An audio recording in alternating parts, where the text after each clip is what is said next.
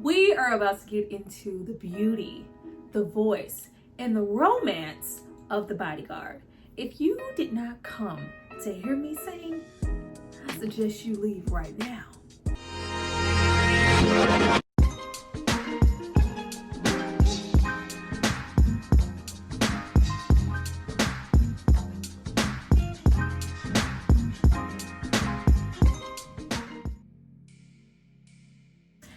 Guys, welcome back to my channel. It's Tyra here with another struggle review, here to discuss The Bodyguard. Now, this movie is from 1992 and it stars Kevin Costner and Whitney Houston. Now, before we get into all things, if I should stay, I would only be. We're gonna get to Whitney Houston, y'all.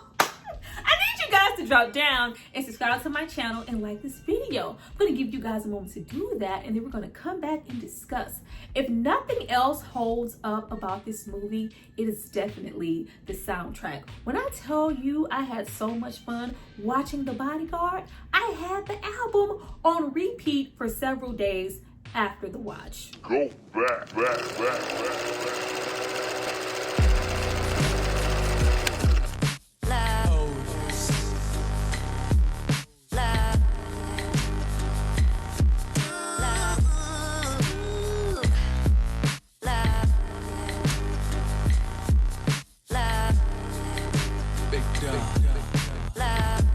Now that you guys have hopefully subscribed to see more of me, let's get into this movie. But before we jump into the video, I have to give a shout out to the person who paid for and requested this film. So if you happen to feel like you're every woman, it's not because of me, it's because of this person right here. Thank you so much for supporting me and paying for this content. Now, getting into this movie was directed by Mick Jackson. He has directed some other movies, but nothing too notable in my opinion. I really chose to focus on the writer of this movie, Lawrence Kasdan. He's done some really great movies, from The Big Chill, Body Heat, The Empire Strikes Back, to The Return of the Jedi. But when it comes to this script, I thought that it was very befitting that this script was written in the 70s by Lawrence Kasdan, with Diana Ross and Steve McQueen in mind for the lead roles, but continued to be purchased and passed around all the way up to the 90s once it got into the hands of Kevin Costner. Though the movie performed really well at the box office, the critics were extremely harsh and hated this movie. The main criticism of this movie at the time, and maybe sometimes even now, was that it was boring, corny, and really cheesy. And going back to rewatch this film now, I cannot say that all of those things weren't warranted, especially when we get into the moments of the movie where Whitney Houston is not present and we're just more focusing on Kevin Costner. There were a few moments where I was the best part of waking up, soldiers in your I need a little pick me up. I needed a little pick me up. Whitney Houston absolutely carries this movie. There are some amazing things here, but I'm not going to act like the movie is not benefiting from Whitney Houston's voice and the soundtrack, which I believe is one of the best-selling soundtracks of all time. I Will Always Love You, I Am Every Woman, I Have Nothing, Run to You, Queen of the Night, songs that you directly associate with the power of Whitney Houston's voice. In my opinion, some of Whitney Houston's best riffs, vocal range are featured here on this album with each and every song. Her voice is just so beautiful here. It collides and crescendos with every single melody on every single track like butter. You know what I'm saying? That also enhances the fact that this movie at the time was nominated for 7 Razzie Awards. Nobody liked this movie. But going back to watch it now, even though it was tweaked throughout the years, this is a 70s romance story. We are coming from a time of movies like A Star is Born, Mahogany, Love Story, Cabaret, The Road. This movie was not praised at the time because I feel like it just simply didn't belong. If it was released during those 70s and we got all of those, you know, come hither romance movies, I feel like it would have been appreciated there because it would have been befitting. Now, speaking of things being befitting, let's get into Kevin Costner riding for Whitney Houston to get this role. I absolutely love it. At the time of this movie's release, this was probably when Kevin Costner was at the peak of his career, and he could pretty much do whatever the hell that he wanted to. And what he wanted to do was produce this movie and have Whitney Houston star in the leading role. Nobody else wanted Whitney Houston, not only for the sole fact that they didn't want to get into an interracial relationship on screen, but they felt like Whitney Houston had fell off and she wasn't as popular as she was in the 80s. You know, by this time she had married Bobby Brown. Whitney's pop appeal is fading. She's not an actress, and why would we want her here? The fact that he fought for her and he just felt like she was perfection here, not only for her voice, but he wanted to give her an opportunity because he believed in her and felt like she could bring this movie to life, which she did. Way to go, Kevin Costner. I even love the relationship that they had all the way up to her passing. He never had a bad thing to say about her. It always felt like he had the utmost respect for her. And even when we get into the scenes in the movie, the chemistry that they share, or even this movie in the soundtrack revitalizing Whitney Houston's career at the time, like it's like, all right, give this to Kevin, give this to Kevin, give this to Kevin. Kevin, all right, Kevin. All right, Kevin. Now, right away, we are introduced to Kevin Costner here as Frank Farmer. Look at me, Farmer. He is a bodyguard / secret serviceman who takes his job extremely serious. So serious that he can't even bother to protect the likes of Rachel, who has a stalker, but she is extremely stubborn, spoiled, privileged, and accustomed to doing things her way on her own time. She is a massive pop star as well as celebrity in the prime of her career. She is in demand and also misinformed about her stalker as well as death threats by the team around her. Also, she can maintain without any distractions. Now, I love the beginning of this movie and the last 5 minutes of this movie the most. Frank working his way around the property, informing us as well as the team of just how easy it is to have access to somebody who is just so massive. There is unlimited access to her. She is constantly surrounded by a group of people and has a bodyguard who is more of a friend and a yes man than protection. Now, first of all, let me say that I just absolutely love Whitney Houston here in this role. I don't care what nobody says, especially as her first movie role ever. I feel like she bodied it. Like, not only did she do a good job to me, but she is just so strong, captivating. She's just so beautiful. Like, this is the best that I feel like she ever looked, and I'm sure she was glowing because at the time she was pregnant with Bobby Christina, but she just looks gorgeous. I was like, oh my god, Whitney, girl, you look good, girl, you look good, girl, you look good. She looks so freaking good. But going back to watch this now, it went beyond just the movie of The Bodyguard to me. But this was probably my first time going back to rewatch this movie since her passing and learning more about her through the years, things that she had to go through. So much here was like art imitating life. Though it's Rachel here and it's not Whitney, and we have, you know, the likes of Bill Cobbs here, you know, your soul is required in hell, you know, old man really wanted to stick me, huh? Though it's that, the way that he is just begging, like, I need Kevin Costner to protect her because nobody else around her cares. Like, that whole sense of everybody there taking from her, like, she constantly is surrounded by people. If you're not a yes man, then you are just simply a fan. Her, as well as her career, is dependent upon you having a job. So when we get into the likes of somebody like a Tony, the driver, the dancers, the manager, all of these people that were just like, we need to keep it a secret that her life is in danger, but no, we need you to perform. We need you to go. Like, we cannot distract from your success and your status because we are just as dependent on that. Like, it just made me think about her life in general, and I was just like, oh, Whitney, like. And the main thing of that can be said when we get into Rachel's sister, Nikki. Like, oh, we gonna talk about Nikki, all of this hateration, holleration in this damn dancery. That presence of Nikki here, like, oh, like, it really be your own family. And we all know too well that it was Whitney's own family. Speaking of family, I also didn't know that little baby Fletcher here, Devon Nixon, son of Storm and Norman and Debbie Allen, who also now as a grown man portrays his own father in the Winning Time Laker Dynasty series, and he is also portraying Kane on Snowfall. Well, come the fuck outside. I did not know that Debbie Allen, I did not know that was his mother and that was his father. And now, like, come outside. Come all the way outside, Fletcher. I really wish we would have just leaned more into it being left out in the open, and that Nikki is just that sister who felt like she was just as talented. You know, I can dance and I could sing. I could have been successful, but it's very clear that Rachel is the better singer, the better dancer, and she is the star of the family. And just, you know, have that real boom in the end of surprise, because Nikki's demeanor from the first time that we see her, you know, being more of an assistant than a star in her own right, she is really in Rachel's shadow 24/7. When the person who wants the picture taken, you know, hands that camera over to Nikki, and it's just like, oh, I have been doing this shit all my life. Meanwhile, all I have to my name is this one room, you know, in my own little corner with my own little chair. I can be what, girl, she had nothing.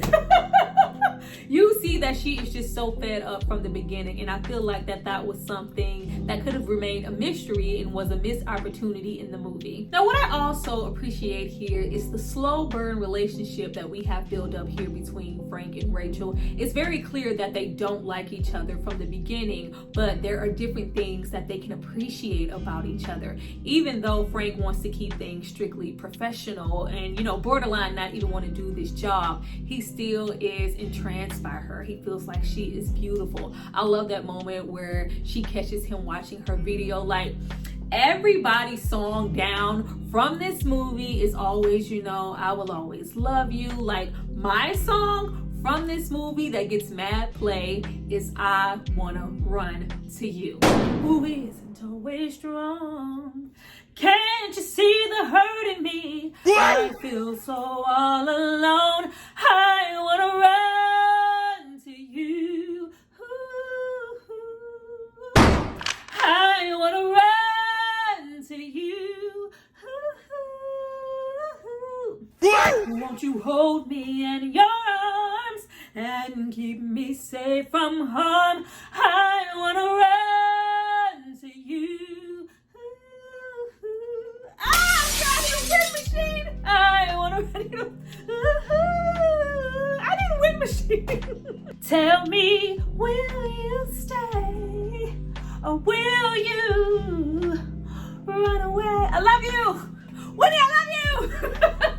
God. The whole push and pull of them trying to avoid each other, the whole thing of him trying to maintain, you know, that professionalism, you know, look at me, farmer, you don't approve of me, do you? Like, even her just really not just so much thinking that he's handsome, of course there's that, but that little relationship that he has with Fletcher, he piques her interest. He is not at her beck and call or a fan like everybody else. I am here to do my job. Now, we do have their worlds finally collide when a reluctant Rachel, who doesn't feel a necessary need for Frank because she is misinformed, goes. I love that whole scene of her getting dressed, like the whole wardrobe with the hood, like the costuming here.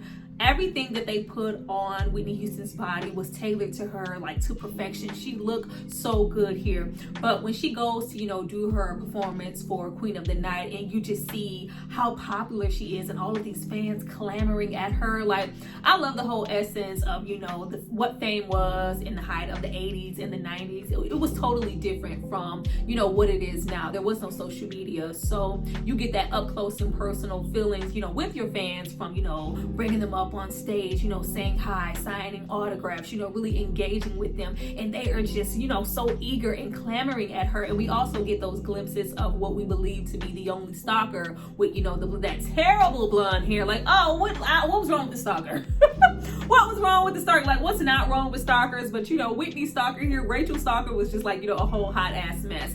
but we just see the level of fame that she is at. I even love the conversation that we have with her little piss poor excuse of a manager. And it's like, you know, if she doesn't get out there, she's dead. You know, her career is dead. You know, bump the stalker and, you know, the threat that he poses to her life or her family's life. If she does not seize this moment as the pop diva celebrity that she is dead anyway. Like, which is just such a trash comment, but you know, it's true enough with the entertainment industry. But the moment that she realizes, you know, the severity of the stalker, that protection that he has over her, that dilemma of not just strictly doing his job, but also falling for her. Like, not only do I want to protect you because this is my job, but you are beautiful. Like, because I'm trying to get with you. I can't let nobody hurt you.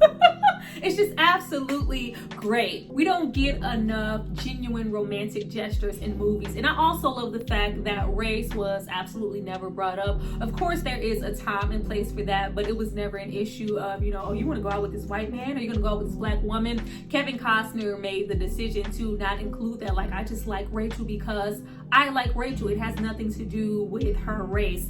And I really love the moment where she realizes that I do need Frank, when she is, you know, completely exposed to this is what the stalker is, this is what he's sending, this is what at stake. But regardless of that, I'm not letting some freak run me off stage. Like, I just love to hear Whitney Houston talk. Just talk to me, talk to me, talk to me, baby, come. Just talk. Like, I just love the sound of her voice here. Like, it is just so comforting. But when she goes on stage to perform Queen of the Night, like, the beating here in this movie, like, who I should have looked at up. Who's on wardrobe?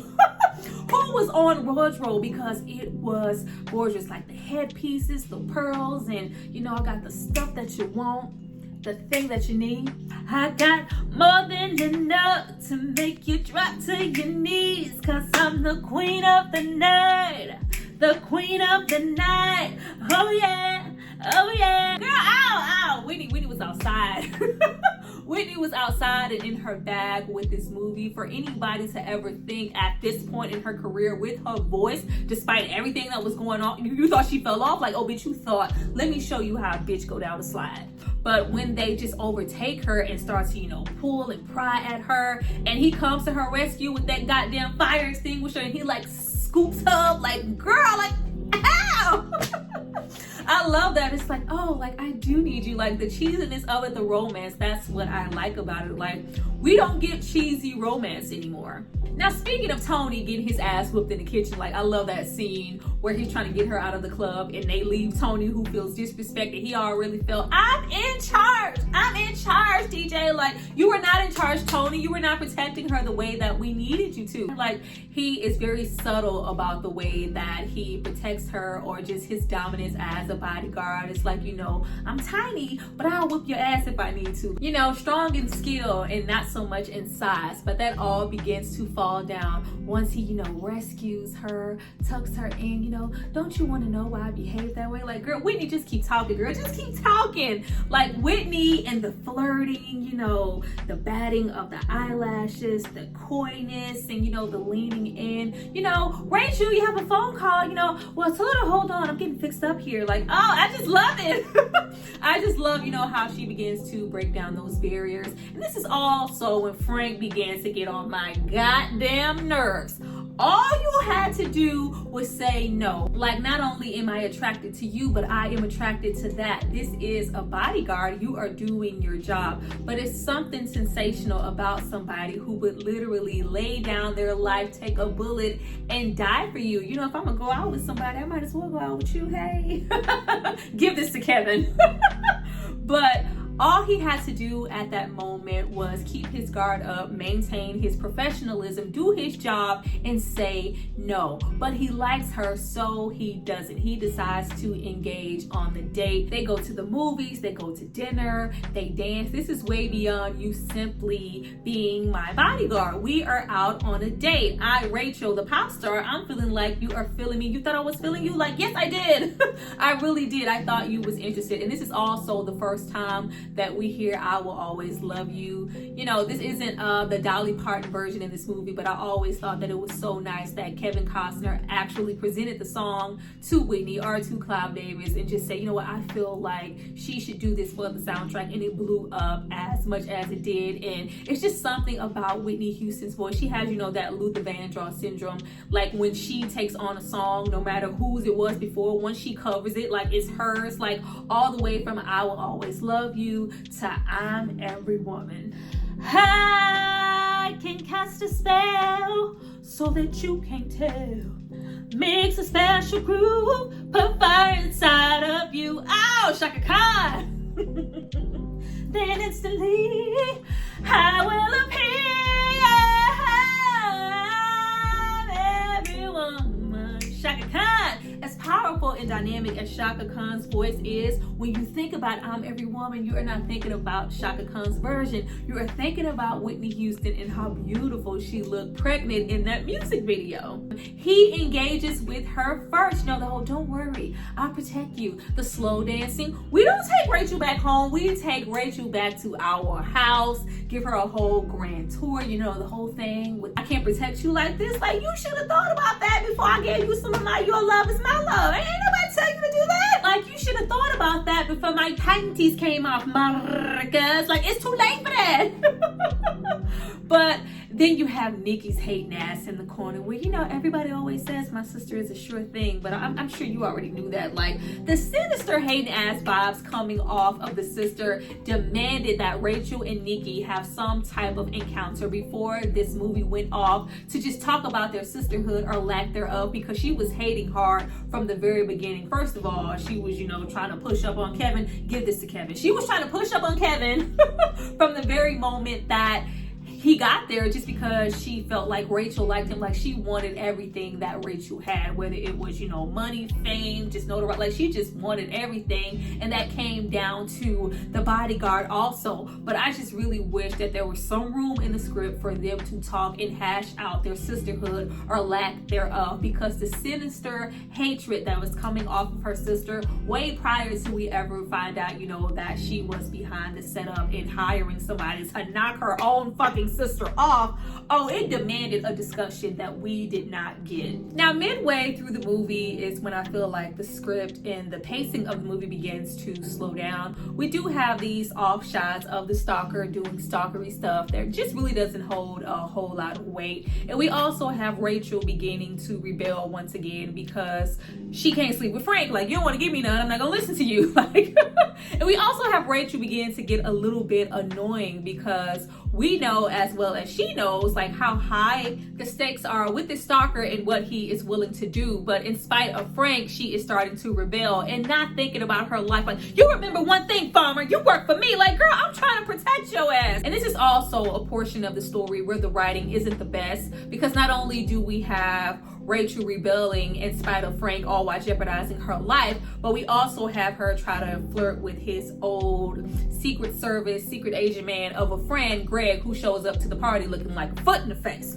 But the writing here is just so off, because we have him approach Frank and it's just like, I haven't seen you since the thing with Reagan. And of course, in the end, he ends up being that Secret Service / hitman who was sent to kill Rachel by her sister Nikki, which is why I am assuming we started to see him more while he was even at the party, because he had already been hired by that point. But when they have their first encounter, it's just like, oh, I am approaching him to make Frank jealous and we're going to go in this room. And then he begins to get, you know, borderline sexual assault and really aggressive. And at that point, we think that he is just, you know, trying to physically, you know, sexually do something to her. And if these people weren't at this party, this would have went, you know, borderline wrong. Rachel, get up, girl. You are jeopardizing your life trying to make Frank jealous. But then it's just like, no, were you actually going to try to kill her in front of all these people at this party when everybody saw you going here together? You know, it was just a lot of inconsistencies. But even with the inconsistencies, the thing that saves this entire movie, especially scenes like that, is Whitney Houston in her songs carrying this movie, because in the midst of all of that happened, we do get to hear her saying, I have nothing. I've always loved I Have Nothing in the way that she sings it. The build up in the song and just the intensity, it reminds me so much of And I Am Telling You. She just picks up so much in the song, and it's just so beautiful. That entire build up from Share My Life, Take Me For What I Am, and it's really, really low. And then we get into, just all that you are and everything that you do. And then we go, I don't really need to look. It's just like stairs, like it's just beautiful. And then we, don't make me close one more door. It just picks up. Oh my God, I have nothing. Like, girl, Whitney Houston is freaking phenomenal. Now, once we get to the end and we have her just be completely submissive to Frank as far as protection, I will do anything you say. Like, oh, I love Whitney Houston's voice, but her voice is just so strong and so powerful. A lot of times when she's just speaking, it does give off kind of that Beyonce, not like bad acting, but like, it's just so beautiful that you think like she's about to go into song. Even when we have her say shit like, you could have drowned him, Frank. You could have drowned him. He's my bodyguard. Like, girl, yes, sing it. He's my bodyguard. Outside of the stalker following the limousine to the house, this is probably where we get the most action in the film. I love the scene where we have Fletcher go out on the boat and you could have drowned him, Frank, and he grabs me, just in time, and the boat blows up. Like, first of all, I would have been ghost right then there at that moment. They're here. Like, why are we still here? Clearly, we have been found out. But we see the intensity build up as far as like, I just did not like that they had, Rachel completely go unchecked as far as her sister was concerned. Every time you saw her sister, she had something negative to say. Nikki was so jealous and hated her sister so much. And it took a back seat to the romance. And I was like, don't put this up in the air and we are not going to deal with it. Like, you clearly have them in this cabin. Of course, we are learning more about Frank, that connection that he has with his father. And you also have that little lingering romance going on between him and Rachel, just to say that we're not going to cross that line again. I am strictly here to protect you. All the while, we have Nikki in the background. She is flirting with Frank. She tries to push up on Frank, not knowing, girl, I like Rachel because of maybe, not only her beauty, but her confidence, her as a person. Like, this desperation that you are giving off, it is not attractive. Girl, I don't want you. But she doesn't see it as that. It's just like everybody is clamoring for Rachel. Nobody ever wanted me. Like, the way that Whitney Houston came outside, Rachel came outside and bodied Nikki on Jesus Loves Me. Like, we ain't even gonna pass over that. Jesus loves me. Oh, yes, he does. Jesus loves me. For the body. We went all the way to church and back. Like, she came out there and bodied her so bad. But the way that it was just painted as, Rachel just hasn't seemed to notice, like Frank, your sister Nikki has it out for you. From the moment that the hitman almost killed Fletcher and that guilt set in for Nikki, all the way to the stalker, the hitman coming onto the property, taking Nikki's ass out, like, girl, you're not gonna snitch on me. Like, all that guilt. It's like he literally comes in, shoots her, kills the sister. It is literally a blimp on the radar in the movie. We literally have a funeral, and we even have Nikki go out in her sister's shadow. Of course, we have, the news broadcast happening. It's like, oh, sister to Rachel, blah, blah, blah. And then, nothing is discussed. I was like, did I miss something? Is there a scene missing? Are we not going to have Frank inform her that your sister hired this hitman, regardless of we know who it is or not? Your sister didn't give two fucks about you. She was that jealous, that spiteful, that hateful, that she hired somebody to kill you, almost killed your son. And even when it happened, there was no guilt on her part for hiring this person to kill you. She was just upset that they could have got Fletcher. Like, nobody discussed it. It was just like, well, hope I get this Oscar. I was like, damn. It says a whole lot about their, sisterhood and their relationship that we literally get nothing from Rachel, nothing from anybody, no type of conversation, no come to Jesus about, like, how could my sister do this to me? I mean, maybe Nikki had a right to be jealous because, child, didn't nobody give a damn about Nikki passing away. It just happened. We buried her and rolled on. Jesus loves me, oh yes he does. Now once we get to Rachel not letting anybody hold her back, not even somebody trying to kill her from maybe getting her Oscar, this is probably my favorite portion of the movie. Whoever styled Whitney, like, she looked so gorgeous. The whole little wardrobe choice, you know, the gold jacket situation, the earrings, the wig, going to that, like, she just looked so beautiful. We have the intensity so high for not only Rachel, really not Rachel, because Rachel could give a damn. Like, Rachel was out here moving like her sister didn't just get killed. Like, this is what I'm talking about. Like, nothing was discussed. She was just like, I'm going to this Oscar. Hey, how you doing back there? Like, she was just living her best life. She is going up there presenting. She's even to the point that even though she is a bit nervous, she becomes annoyed with Frank. It's just like, oh, you are doing the most. Nobody is out to get me. Like, nothing's going to happen at these Oscars. Like, girl, did your sister just not die? Rachel was pissing me off in that moment. Like, all the pushback she was giving Frank, like, the altitude of what just happened to her sister was not matching up with the storyline. Like, if somebody just got close enough to murder and kill my sister and almost take out my son, best believe I'm gonna be on fucking high alert, whether I'm at the Oscars or not. But we have Rachel. Oh my God, Frank, you're pissing me off, Frank. I'm a nervous fucking wreck, Frank. Like, girl, Farmer, leave ass, Farmer. But it just shows, you know, just how much not only he cared about Rachel, but just how serious he took his job. So regardless of what all of these stagehands have to say, I don't give a damn. Not on my watch. You will not get shot on Kevin's watch. Give this to Kevin. Like, he has been here waiting for an opportunity to kill you. Like, I love that they decided to put that moment in slow motion. First of all, when we have her get ready to go up and accept the Oscar and that red light is all, I'm not going to say we have wasted enough time. But I think if you ask any random person on the street to, you know, name a Whitney Houston song, this is probably the first song to come to mind. This song is so synonymous with her career. The fact that she has had so many songs, so many hits, but it was this one that hit, and this particular one was handpicked by Kevin Costner. It always pissed me off that Frank did not get his ass on that plane. Like, you going off again to be a secret agent man and go protect somebody so you can say not on my watch all your life. Like, you should have got on that plane. Fletcher needed you. Just that, you know, exchange that they have, and it's like, you know what, I'm gonna respect your boundaries and not kiss you. I'm just gonna get on this plane, you know, give a little, and I'm gonna go on my way with my son. It's just like, wait, and she gets off, and they do that goddamn, I love the kiss, but it's one of those, you know, 50s, 60s, 70s ass kisses where you're not like really kissing the person, you're just smushing your face against them. I was like, what? Where's the tongue? Where's the tongue? Put some tongue in there, Kevin. Give this to Kevin. Like, give Kevin some tongue, girl. It's a very safe kiss, but you know, it's a romantic kiss, and you know, we have that 360 spin of the camera, and they're just kissing, and it's all passionate. All of that for Frank not to get his ass on the plane, but whatever. And yeah, girl, you better sing. Like, I could never. We'll always. Oh, it's just so beautiful and matched the tone. It was just a really great way to end off the film, especially if we weren't going to end off with them leaving and being in love with each other. Like, whatever Frank said, my job is done. You're officially protected. Not on my watch. Like, all right, bye, Kevin. Give this to Kevin.